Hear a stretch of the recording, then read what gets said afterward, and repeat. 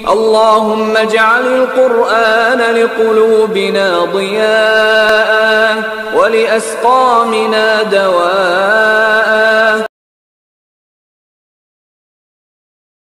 یہ تو خیر حدیث سے واضح ہے کہ آپ نے عمار ابن یاسر سے فرمایا تقتلک الفئۃ الباغیہ، کہ تمہیں ایک باغی جماعت قتل کرے گی، لہذا اس میں یہ تو کوئی قابل اشکال چیز ہی نہیں ہے کہ کون حق پر تھا کون حق پر نہیں تھا۔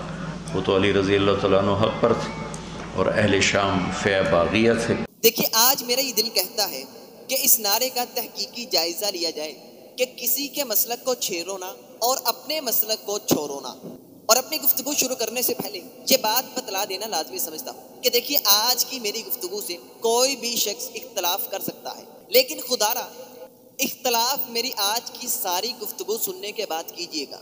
دیکھیے کسی کے مسلک کو چھیڑو نہ اور اپنے مسلک کو چھوڑو نہ، میرے نزدیک یہ کمال کا گٹیا نعرہ ہے، اور میں گزشتہ درس میں بھی اس پر تھوڑی سی روشنی ڈال چکا ہوں، اور آج انشاءاللہ اس کا تفصیلی جائزہ لیتے ہیں۔ دیکھیے گٹیا نعروں میں یہ کمال کے درجے کو پہنچا ہوا نعرہ ہے۔ اس نعرے کا پس منظر کیا ہے، اور انشاءاللہ تاریخی اعتبار سے آج میں یہ ثابت کرواؤں گا کہ کس قوم نے سب سے پہلے اس نعرے کا پرچار کیا تھا۔ سب سے پہلے اس نعرے کا پس منظر کیا ہے۔ جس طرح کے الفاظ سے ہی ظاہر ہے کہ کسی کے مسلک کو چھیڑو نہ اور اپنے مسلک کو چھوڑو نہ، یعنی جو جہاں لگا ہے لگا رہنے دو۔ یعنی بات مزید آسان کر دوں، یعنی اگر کوئی بھی شخص آپ کے سامنے رسول اللہ صلی اللہ علیہ وسلم کی کوئی حدیث بیان کرتا ہے یا پھر کوئی قرآن کی آیت بیان کرتا ہے، تو رسول اللہ صلی اللہ علیہ وسلم کی اس حدیث کو اور قرآن کی اس آیت کو تسلیم کرنے کا معیار کہ آیا یہ بات جو ہم سے بیان کر رہا ہے یہ ہمارے مسلک کا مولوی ہے یا پھر اس کا تعلق کسی اور مسلک سے، اور اگر اس کا تعلق ہمارے مسلک سے نہیں تو ہم نے ہرگز اس کی بات کو تسلیم نہیں کرنا، اگرچہ بات اللہ اور اس کے رسول کی ہی کیوں نہ کرے، اگرچہ ہم غلط ہی کیوں نہ ہو۔ وہ شخص ہماری اصلاح نہیں کر سکتا کیونکہ اس کا تعلق ہمارے مسلک سے ہے نہیں، لہذا ہم جہالت کی موت تو مر سکتے ہیں، لیکن وہ جو بات قرآن و حدیث کی بیان کر رہا ہے اس کو ہرگز تسلیم نہیں کر سکتے۔ اور اسی طرح دوسرا گروہ، دوسری جماعت، دوسرے مسالک والے، وہ اگر یہ دیکھ لے کہ فلاں بندہ غلط کام کر رہا ہے جس کا شریعت محمدی صلی اللہ علیہ وسلم سے کوئی تعلق نہیں، وہ اس کی اصلاح نہیں کر سکتا۔ کیوں؟ کیونکہ میرا مسلک اور ہے، اس کا مسلک اور ہے۔ یعنی خلاصہ یہ ہے کہ نہ ہم کسی کی اصلاح کر سکتے ہیں نہ کوئی ہماری اصلاح کر سکتا ہے، جبکہ اللہ تبارک و تعالیٰ نے ہمیں تمام امتوں پر فضیلت دی، ہمیں تمام امتوں پر فضیلت دی گئی۔ کیوں دی گئی؟ کنتم خیر امت اخرجت للناس تأمرون بالمعروف وتنہون عن المنکر۔ یہی ایک سند ہے جس کی بدولت ہمیں تمام گزشتہ امتوں پر فضیلت دی گئی، اور میں گزشتہ درس میں اس پر بھی روشنی ڈال چکا ہوں۔ کیوں فضیلت دی گئی؟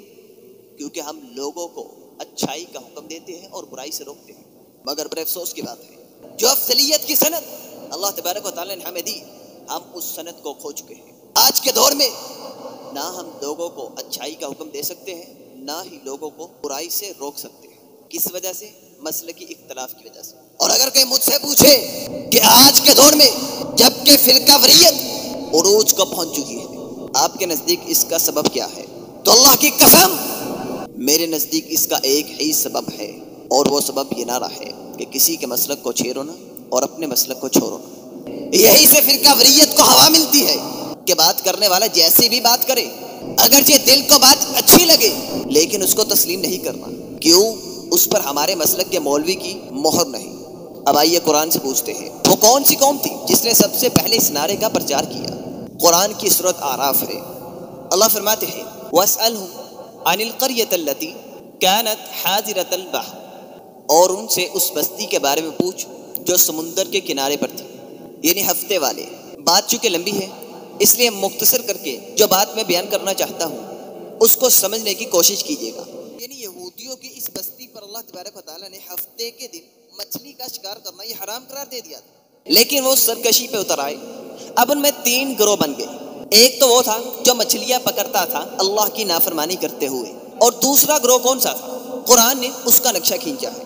اللہ فرماتے ہیں وَإِذْ قَالَتْ أُمَّةٌ مِّنْهُمْ لِمَ تَعِظُونَ قَوْمًا، اور جب ان میں سے ایک گروہ نے کہا تم ایسے لوگوں کو کیوں نصیحت کرتے ہو، کیوں ان کو اس برائی سے روکتے ہو؟ اللہ مہلکہم او معذبہم عذابا شدیدا، جنہیں اللہ ہلاک کرنے والا ہے یا انہیں عذاب دینے والا ہے۔ بھائی جن پر اللہ کے عذاب کا کلمہ حق ہو چکا ہے اس کو کیوں نصیحت کرتے ہو، کیوں انہیں روکتے ہو؟ جو جہاں لگا ہے لگا رہنے دو۔ بھائی وہ اللہ کی نافرمانی کر رہے ہیں نا، ہم تو نہیں، اور ہمیں کاہے کی پریشانی ہے کہ ہم ان کو روکے اور وہ الٹا ہم کو ذلیل کرے، ہمیں برا بھلا کہے؟ بھئی دیکھو بات یہ ہے کہ جو جہاں لگا ہے لگا رہنے دو۔ مگر ان میں ایک تیسرا گروہ بھی تھا جو ہمیشہ حق پر قائم رہتا تھا، جس طرح رسول اللہ صلی اللہ علیہ وسلم نے فرمایا میری امت میں ایک گروہ ہمیشہ حق کے ساتھ لڑتا رہے گا یہاں تک کہ قیامت برپا ہو جائے۔ ابھی جو تیسرا گروہ تھا اس نے کہا بھئی سنو، ہمیں اس سے کوئی پریشانی نہیں کہ ہم ان کو بار بار روکے، ان کو منع کرے، ان کو نصیحت کرے، ہمیں اس سے کوئی پریشانی نہیں، ہمیں ایسا کرنے سے کچھ بھی حاصل ہونے والا نہیں، ہاں البتہ روکتے اس لیے ہے۔ قالوا معذرۃ الی ربکم ولعلہم یتقون، تمہارے رب کے سامنے عذر کرنے کے لیے اور اس لیے کہ شاید وہ ڈر جائے۔ اور سنو، تم ایک بار کہتے ہو ہم اپنی آخری سانسوں تک ان کو روکتے رہیں گے، ان کو ان کی برائی سے منع کرتے رہیں گے، اب یہ نہ مانے اور پھر جب اللہ کا عذاب آیا تو اللہ قرآن میں فرماتے ہیں کہ ہم نے صرف ان 3 گروہوں میں سے اس گروہ کو نجات دی جو یہ کہتا تھا کہ اپنی آخری سانس ان لوگوں کو نصیحت کرتے رہے گے، ان کو اللہ کے عذابوں سے ڈراتے رہے گے، شاید کسی بھی وقت ان کی کایا پلٹ جائے۔ اور جانتے ہو کیسا عذاب آیا تھا ان لوگوں پر جنہوں نے کہا تھا بھائی جہاں لگے ہیں لگے رہنے دو، اور جن لوگوں نے یہ کہا تھا کہ بھائی جہاں جو لگا ہے لگا رہنے دو۔ یہ لوگ کافر نہیں تھے بلکہ اللہ کو لیکن بندر اور سور اس وجہ سے بنا دیے گئے۔ یہ تھے وہ لوگ جنہوں نے سب سے پہلے یہ نعرہ لگایا تھا کہ کسی کے مسلک کو چھیڑو نہ اور اپنے مسلک کو چھوڑو نہ۔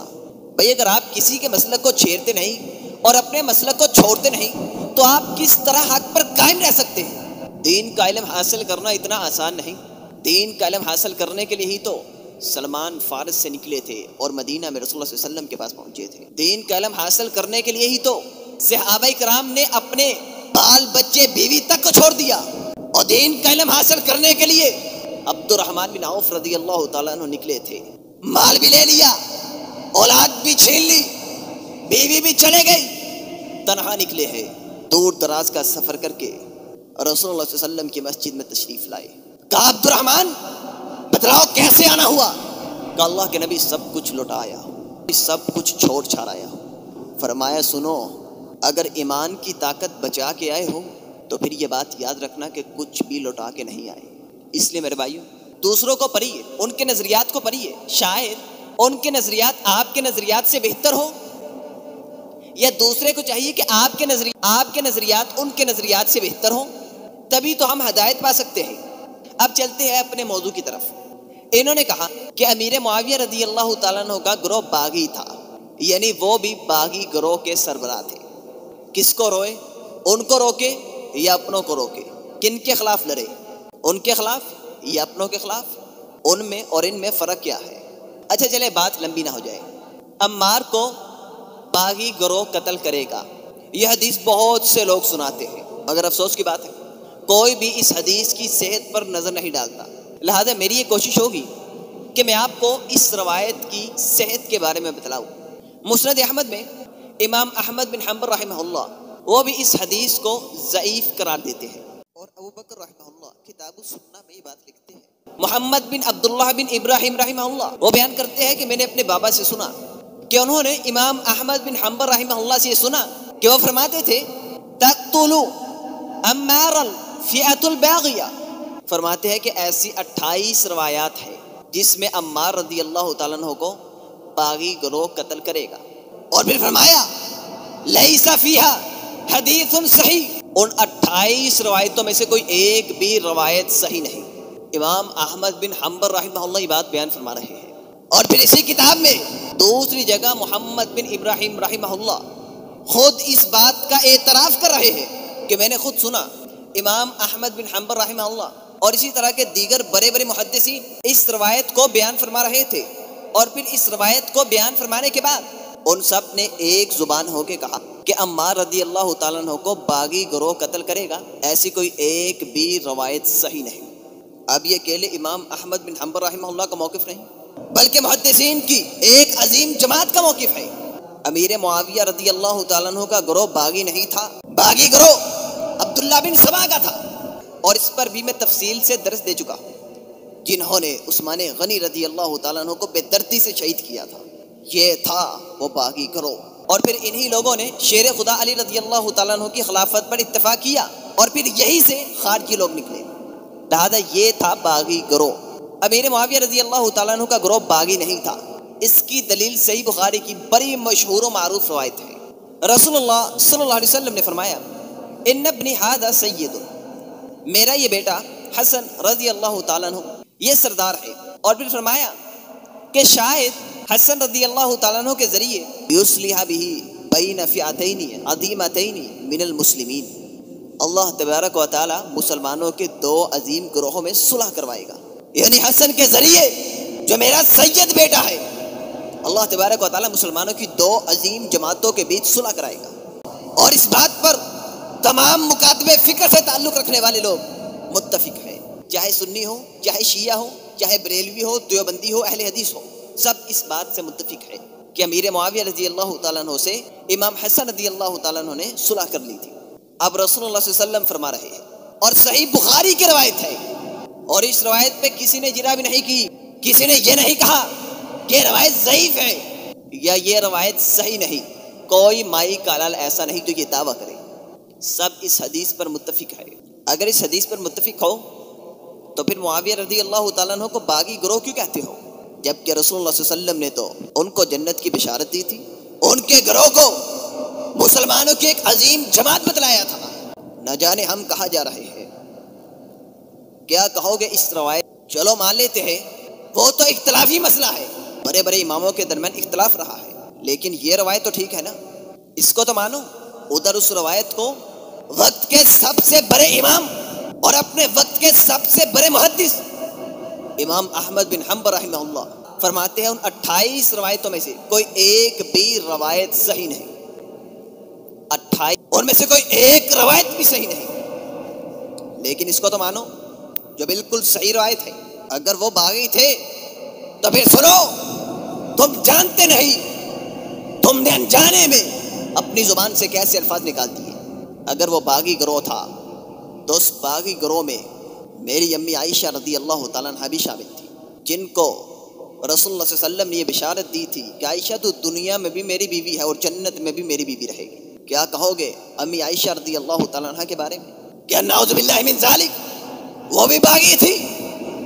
پھر اگر وہ باغی گروہ تھا تو پھر تو امام حسن رضی اللہ تعالیٰ عنہ نے مسلمانوں اور باغیوں کے درمیان صلح کروائی تھی، جبکہ رسول اللہ صلی اللہ علیہ وسلم نے تو انہیں یہ بشارت دی تھی کہ رسول اللہ صلی اللہ علیہ وسلم نے تو ان کو خوشخبری سنائی تھی کہ حسن تیرے ذریعے اللہ تبارک و تعالیٰ مسلمانوں کی دو بڑی جماعتوں میں صلح کرائے گا، لہذا اپنے عقیدے کی اصلاح کیجیے۔ کوئی بھی صحابی باغی نہیں تھا، کیونکہ جس نے ایمان کی حالت میں رسول اللہ صلی اللہ علیہ وسلم کو دیکھ لیا تھا وہ صحابی بن گیا، اور جو صحابی بن گیا تو بغاوت اس کے دل میں کوئی جگہ نہیں رکھتی۔ نہ علی رضی اللہ تعالیٰ عنہ کا گروہ باغی تھا، نہ امیر معاویہ رضی اللہ تعالیٰ عنہ کا گروہ باغی تھا، دونوں گروہ مسلمانوں کے تھے۔ دونوں گروہوں میں قبائل صحابہ اکرام شامل تھے، دونوں گروہوں میں قرآن کے بڑے بڑے قاری اور مفسر شامل تھے۔ اور بڑے افسوس سے بات کہنا پڑ رہی ہے کہ دیوبند کے سٹیج پر رافضیت کا پرچار کیا جا رہا ہے، اور ایسے میں دیوبند کی عوام اور علماء بالکل خاموش ہیں۔ اور میں نے بڑے بڑے علماء کو سنا ہے انہوں نے اس معاملے میں خاموشی اختیار کی، اور دوسری طرف وہ شہنشاہ نگری جن کے نام بھی اسلامی نہ ہو بھلا ان کے کردار کس طرح اسلامی ہو سکتے ہیں۔ رسول اللہ صلی اللہ علیہ وسلم نے ایسا نام رکھنے سے شہنشاہ صرف اللہ کی ذات ہے۔ وہ جو صحابہ کو برا بھلا کہے، امہات المومنین کے بارے میں یہ عقیدہ رکھے کہ نعوذ باللہ من ذالک، ان کے دل ٹیڑے ہو چکے تھے، تو ایسے میں کیا اسلام کی تعلیمات یہ ہے کہ لوگوں کی عزت کرو، ان کو اپنے گھروں میں بلاؤ، ان کی مہمان نوازی کرو، ان کو اپنے گلے سے لگاؤ، اور پھر یہاں ہی بس نہیں بلکہ اس موقع پر ان کے مطلب کی ان کو روایت بھی سنائی۔ ابن عباس رضی اللہ تعالیٰ عنہ کا قول وہ آپ نے سنا، جس روایت کی صحت پر بھی اعتراض ہے۔ اگر ابو بکر سے محبت ہوتی، اگر عثمان سے محبت ہوتی، اگر عمر فاروق سے محبت ہوتی تو اس وقت ان کا تذکرہ کرتے، کیوں نہیں کیا؟ کیونکہ کفر کو خوش کرنا تھا، اور ان کے نزدیک تو جو صحابہ کو گالیاں دے وہ کافر بھی نہیں۔ جاؤ امام مالک رحمہ اللہ کے نزدیک وہ شخص کافر ہے، بلکہ واجب القتل ہے جو صحابہ کرام کو برا بلا کہتا ہے۔ اور بلا کیا؟ رسول اللہ صلی اللہ علیہ وسلم نے اس شخص کی نماز جنازہ پڑھائی جو عثمان کو برا بلا کہتا تھا۔ کہا لے جاؤ جو میرے عثمان کو برا بلا کہے، میں محمد صلی اللہ علیہ وسلم اس کا نماز جنازہ نہیں پڑھا سکتا۔ یہ تو رحمت للعالمین تھے، وَإِنَّكَ لَعَلَىٰ خُلُقٍ عَظِيمٍ تھے۔ کیا تم اخلاق میں رسول اللہ صلی اللہ علیہ وسلم سے بڑھنا چاہتے ہو؟ دین نے جن امور میں سختی رکھی ہے تم وہاں بھی نرمی کرنا چاہتے ہو؟ اور یہ بات سننی چاہیے، جب اللہ تبارک و تعالیٰ کسی کو عزت دینے پہ آتے ہیں تو بے حساب دے دیتے ہیں، لیکن جب پکڑنے پہ آتے ہیں تو فرعون کو رہتی دنیا تک کے لیے عبرت کا نشان بنا دیتے ہیں۔